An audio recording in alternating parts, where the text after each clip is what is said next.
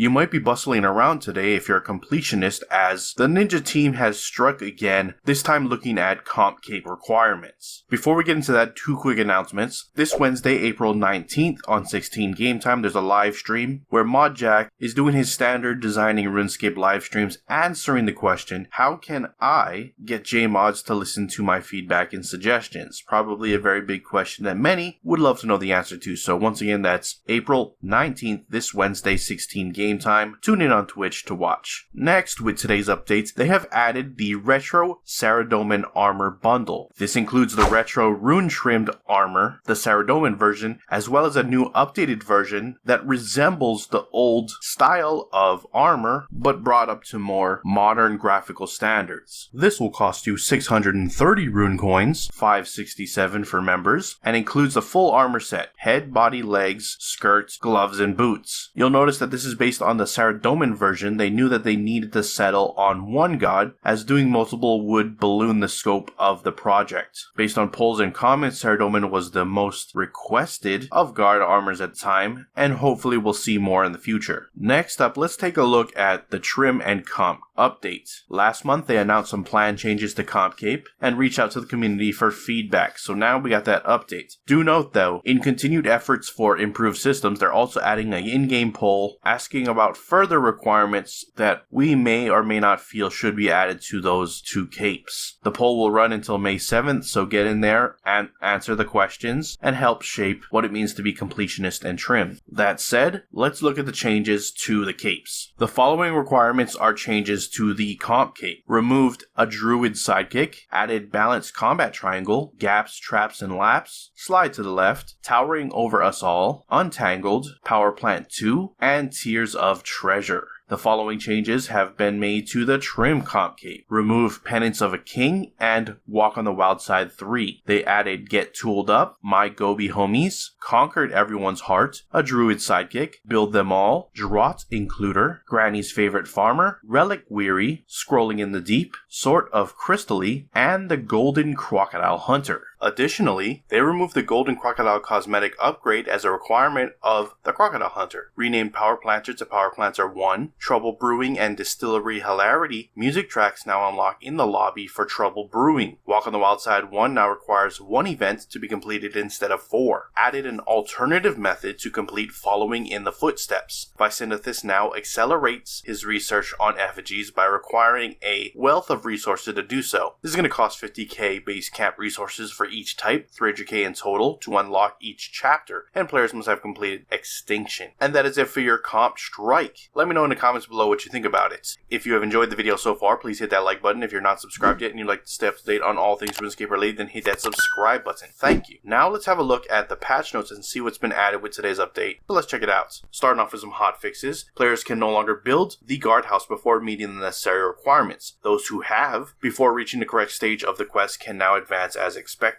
Balanced skeleton texture has been tweaked to differentiate it from standard skeletons. The Unwelcome Guest quest now rewards 1 quest point and is a requirement for the quest cape. The items required to build the tier 1 guardhouse have now been added to the quest journal. Fixed an issue of incorrect souls being captured by Ushabti. Another hotfix, players can once again build the fort wall next to the guardhouse. Remove some safe spots when fighting Zemarigal's undead, and corrected an issue where jiggling crates of kittens near Gertrude in Varrock did not appear for some players during the Gertrude Cat quest. And that is it for your patch notes. Link to everything discussed in this video will be down in the description below if you want to go check them out. If you missed last week's video, it will be on screen now. Looking forward to seeing you there. If not, I'll see you with the next game updates, and I'm out. Aloha.